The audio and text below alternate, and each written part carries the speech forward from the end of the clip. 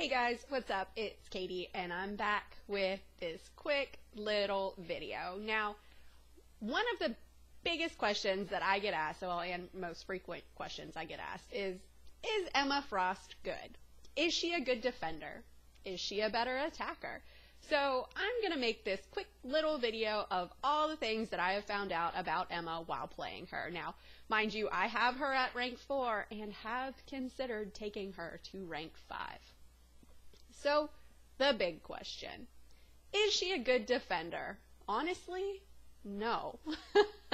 She is a bit above average, but she is definitely not worth giving up diversity for, like Korg, Medusa, or Iron Man Infinity War.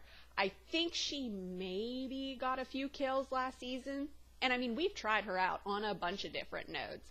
She does do a bit of damage to the opponent, but you know, she's not a top shelf defender because most people, they know how to fight her.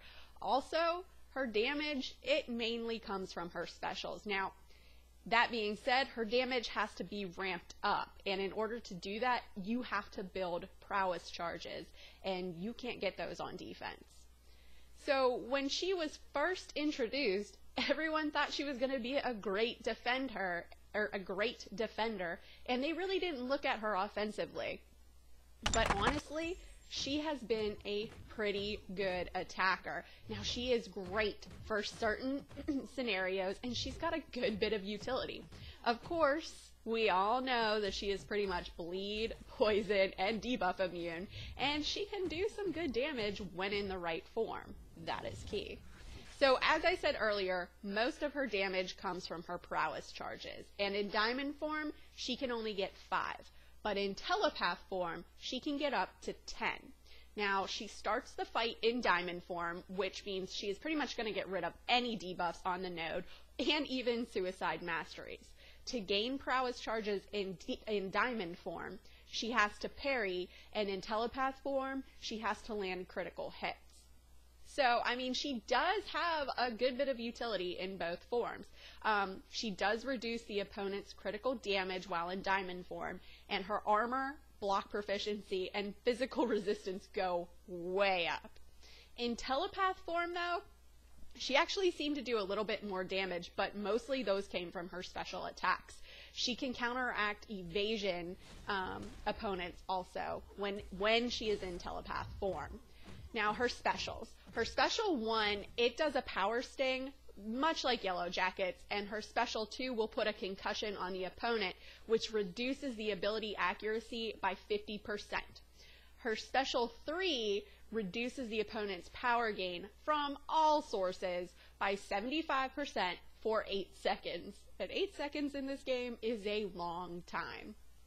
Her heavy attack in telepath form will put a taunt on the opponent, much like Starkey will put a taunt on the opponent, and her heavy attack in diamond form will generate power, and then it will also reduce the opponent's power. So you can see how she's got a good bit of offense utility built in. But the trick to Emma Frost is you have to be good at managing not only your power, but your opponent's power. She is really good when facing opponents that do not have their special 3. I mean, she was definitely an asset to me in the variant quest against those little Ultron bots or drones. So, where does she fall short? Well, when I first took her into war, I wanted to use her for the biohazard node, and I found out that that was a mistake. Having to manage her power in order to drop debuffs was kind of risky. I mean, think about it.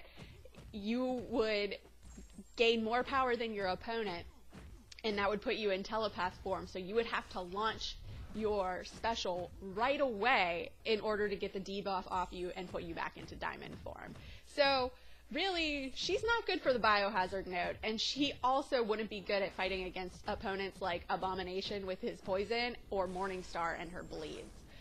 But, so, you know, like I said, you have to immediately dump your power if you get a debuff on you in telepath form to get back into diamond form to remove it. Another small drawback that I see that I kind of wish Kabam would have considered is some type of special 3 damage mitigation like Iceman's Ice Armor or Ghost's Phasing. When an opponent casts a special 3, it will automatically put you in telepath form if your power is above their power. So even if she's awakened, she's still going to take the full brunt of a special 3. That is, of course, unless you are running the synergy with Colossus. I know, Colossus has a use. Who would have thought? And that only works if you are also at 3 bars of power. And speaking of synergies, that's kind of another one of her drawbacks. They're kind of meh. I mean, they're nothing that you would really want to build a team around. The one with Sentinel, that's probably the best character to build a team with, and the one with Phoenix, where you get an extra prowess, is probably the most beneficial. Now, overall, I love Emma. I've said it before. She is so much fun to play with. So to answer everybody's question, is she better offensively or defensively? She's clearly a much better attacker. I mean, she's got great utility when she's used offensively, and she can put up some damage if you can manage her prowess charges and the power bar correctly. So overall, I think she's a good champ, and I do have a lot of fun playing with her. That's all that I got.